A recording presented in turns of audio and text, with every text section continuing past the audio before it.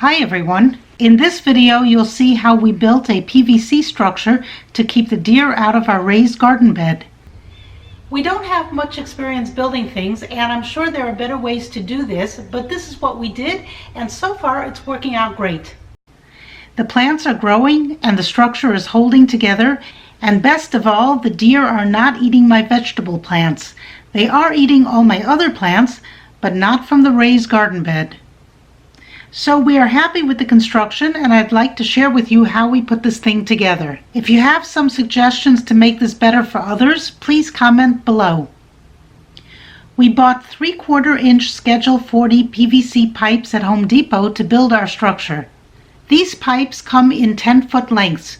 You can cut them yourself, but they did it for free at the store, and then we were able to transport the pipes back to the house by ourselves in our family car. I made quite a few sketches and calculations. Since we have a 16 by 4 foot raised garden bed we want to protect, the idea was to build a structure that is 20 by 10 feet. This way there would be room to walk around the garden bed inside the structure. The plan was to build a structure with 3 feet of walking space on either side of the bed. Since the garden bed is 4 feet wide, with 3 feet on each side, we would need one side to be 10 feet long. The garden bed is also 16 feet long, and we built the structure up against one end of the bed, so we would have 4 feet of walking space in front of it at the door end. And so we needed a 20-foot length to accommodate that. 16 feet of garden bed plus 4 feet of walking space. That's how we decided to build a 20 by 10 foot structure. As for height, I wanted the structure to be tall enough to stand in and also not to allow the deer to jump over, so 6.5 to 7 feet tall would do the trick. We ended up building this to a height of 6.5 feet. So let's see how we built this. Let's start with the ground level.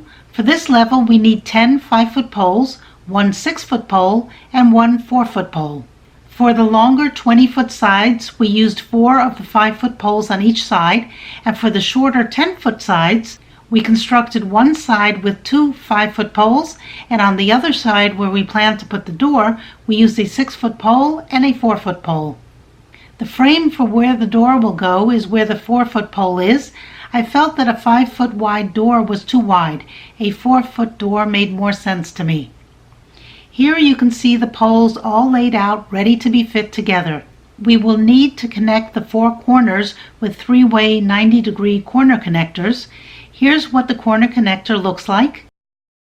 You can see how the pipes fit into it to make a nice 90-degree corner. Now this piece is a T-connector. We will need 8 of these 3-way T-connectors to connect all the other poles for the ground level, other than the corners. You can buy these as a pack of 20 or individually. Check the prices and see which is cheaper. At this point we realized that we needed to use cement to keep the structure together and to give it more stability. We used this PVC cement, also from Home Depot. It's both the primer and the cement in one step. It also says on the lid, brush in can, so you don't need to buy a separate brush. After shaking the can, we found we couldn't open it with our bare hands, so we got pliers, and then we were able to open the can. This is the brush it comes with, and the liquid inside. And now we're ready to cement the structure together. You'll need to apply cement to both pieces you are connecting, on the outside of the pipe and on the inside of the connector, and then you push the two together. Within a few seconds they will be hard to adjust or take apart, so you need to work quickly and accurately. It says it takes 2 hours to fully cure, but we found that within a few minutes it was impossible to take apart. We laid out everything on the ground first, and then we went all around connecting the poles until we had a rectangle of 20 feet long and 10 feet wide. Now we're ready for the first level of vertical poles. We will need 12 2.5-foot poles to insert into the ground level connectors. Here you can see them inserted into the connectors all the way around.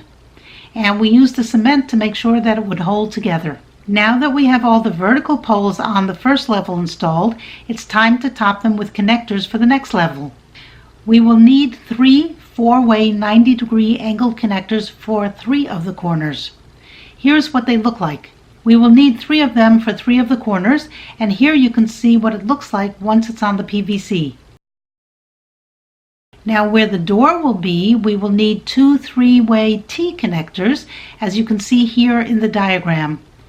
We need to leave this area of the structure open for the door frame, so that's why we need two T connectors here. This will become more obvious as we continue building the structure. Next, we need 7 4-way cross connectors for all the other poles all the way around, as you can see here in the diagram. The 4-way cross connector looks like this. It is straight, not angled. Here you can see how it looks on the PVC pipe. And here you can see all the connectors for this level installed all around. Now we're ready to insert the horizontal poles into these connectors. We will need 10 5-foot poles and 1 6-foot pole for the door side of the structure. You can see here in the diagram the horizontal poles all around the structure. Here is what it looked like when we finished with the first level. Now we're ready to insert the vertical poles for the next level, so we inserted another 12 2.5-foot poles all around. And they needed connectors as well, the same connectors as for the first level. So that's 3 4-way 90-degree angled connectors for the corners. They look like this. And then 2 3-way T connectors for the door frame. And then 7 more 4-way cross connectors that look like this. Here you can see the second level connectors installed. Now in this video you can see that we went ahead and added the next level of vertical poles before we installed the horizontal poles, but you can do it in either order. In this diagram I show the horizontal poles installed first. For the third level horizontal poles we needed another 10 5-foot poles and 1 6-foot pole. Here you can see how the 5-foot poles go all the way around, and then on the other end with the door is the 6-foot pole. And then we inserted 12 1.5-foot vertical poles on top of that. Here's what it looked like when we were done with this level. Now we're ready for the top level. Before we look at what connectors we need for the top level, let's see how the horizontal poles are going to be laid out. Because of the door frame, it's not so straightforward. We will be having cross poles for support on this top layer. You can see them here in pencil in the sketch. So the door side will need a 5-foot pole to match up with the other side so that the pole can go straight across. To start, we will need 11 5-foot poles and 1 4-foot pole and 1 1-foot pole. In this diagram you can see the blue layer is the top ceiling, and on the right hand side of the sketch I have the door framed to a 4-foot width.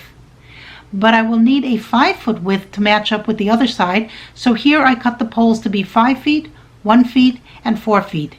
That adds up to 10 feet for this side and leaves me a 4-foot space for the door frame. Now we need some connectors for the last top level. First, we will need 4 3-way corner connectors like we had on the ground level. Here's what they look like. Next, we will need 2 3-way T connectors for the door side. And then we will need 7 4-way 90-degree angled connectors for the middle poles, as you see here. Now we can insert the horizontal poles all the way around. Once the horizontal poles are installed, we're ready for the cross poles for the added support to the top level. For that we will need 10 5-foot poles, as you see here in the sketch, 6 across and 4 down the middle, all connected with 4-way cross connectors. You will need 3 of those. Here you can see the top level support poles installed, and you will notice in the very middle we have a pole extending up for additional support. We made 1 of these, but you can make 3 to support the other 2 cross beams. To make the supporting pole, you will need 6.5 feet of pole. You can either use a 6.5-foot pole or take a 5-foot pole plus a 1.5-foot pole and connect the two with a 2-way connector. We had leftover 5-foot poles, so that's what we did. Now for the top part that acts like a cradle, you will need 1 3-way T connector and 2 90-degree elbow connectors. Then cut 4 lengths of pole to fit as you wish. It doesn't really matter the exact dimensions, anywhere from 3 to 5 inches. Here is a sketch of what the finished support pole looks like. The cradle pieces at the top can be anywhere from 3 to 5 inches, but make sure it's symmetrical. And now we're ready to construct the door. Here you can see the door. Once we installed it, we needed to buy hinges and we needed to put a latch on to keep the door closed. But until we got the latch, we kept the door closed with a rope. The door we were constructing needed to fit in a frame that was 4 feet by 6.5 feet. So to have 3 inches of clearance on all sides of the door needed to be 6 feet by 3.5 feet. To make the door this size, we could have done it a number of ways, but here's how we constructed it. We used 2 2.5 foot lengths of pole and 1 1-foot pole for the 6-foot sides, and then 4 3.5 foot poles for the 3.5 foot side. To connect these, we needed 4 90-degree elbow connectors for the 4 corners and 4 3-way T connectors for the middle of the door. And there you have the door. Now to attach the door, we found these hinges on Amazon and we ordered 2 of them.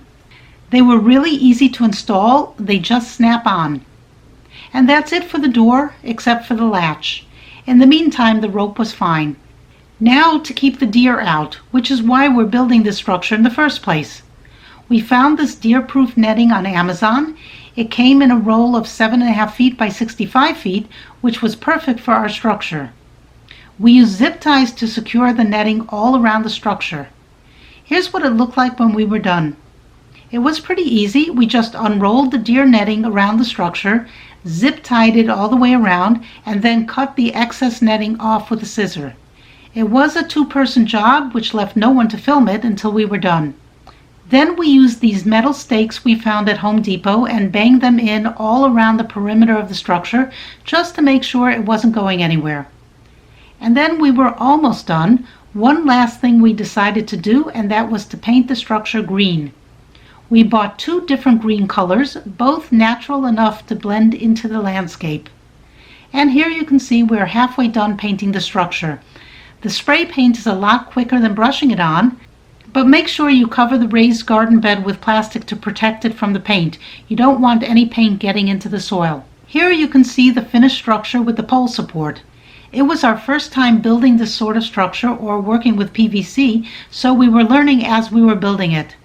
I think it came out great for a first try, and it's holding up nicely. Best of all, the deer are not breaking through, and even the smaller animals like squirrels and rabbits and groundhogs have not been going in there. So that's what we did to keep the deer out. I hope it gives you an idea of what you can build to help keep the deer and other wildlife out of the garden. We may also cover the top with netting to keep the birds out. So far they have not been bothering the plants. We have a bird feeder and they hang around over there instead and seem to be ignoring the garden for now. Time will tell. Well, that's it for now. Thank you for watching and good luck with your growing. Bye!